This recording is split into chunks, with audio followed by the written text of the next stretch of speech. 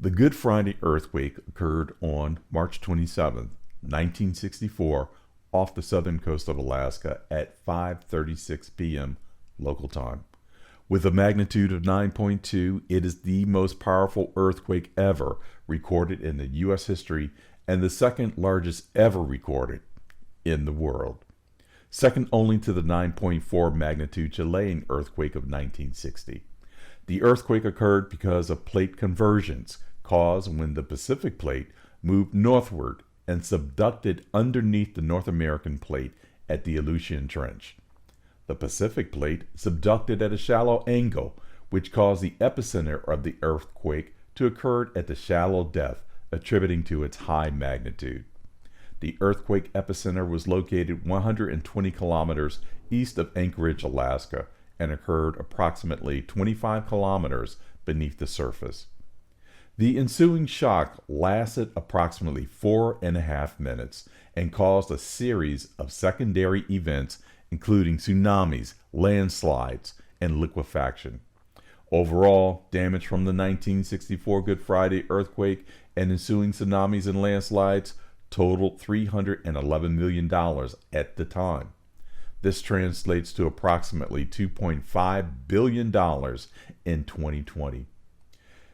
It killed a total of 131 people, with 9 dying from the earthquake itself and 129 perishing in the ensuing tsunamis, including death on the coast of Oregon and California.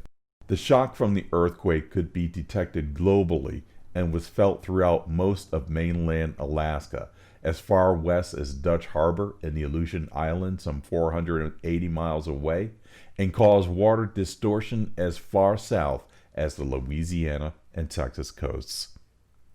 Tsunamis were the deadliest part of the Good Friday earthquake, as over 90% of the deaths can be attributed to them. The tsunamis that followed the earthquake inflicted heavy damage on the coastal towns of Valdez, Whittier, Seward, and Kodiak.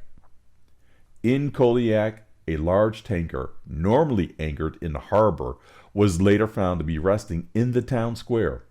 Alaska's biggest city, Anchorage, suffered numerous landslides, which destroyed city blocks and neighborhoods and caused damage to water, sewer, and electrical infrastructure. In parts of downtown Anchorage, some roads and sidewalks were vertically displaced more than 10 feet, such as this section of 4th Avenue.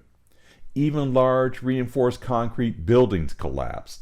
The Four Seasons Apartments, a 6-story reinforced concrete building, was completely destroyed by the shaking. In some areas, railroad tracks were horizontally displaced and built in a serpentine manner.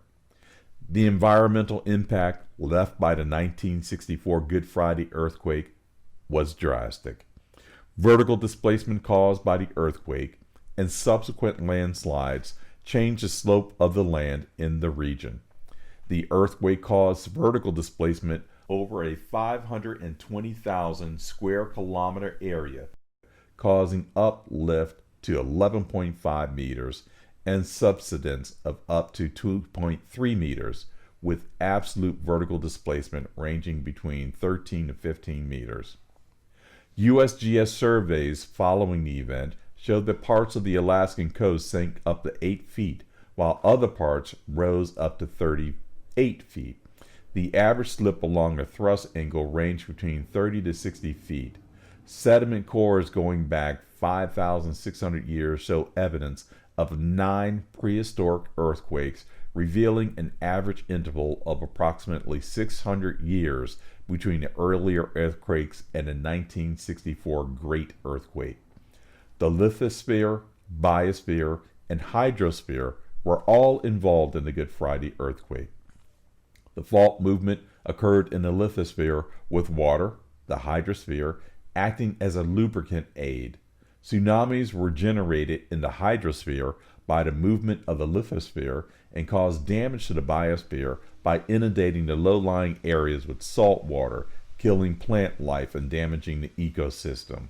The effects of the earthquake were primarily regional, impacting the Alaskan mainland, surrounding the islands and the west coast of the U.S., through the shaking that could be detected globally.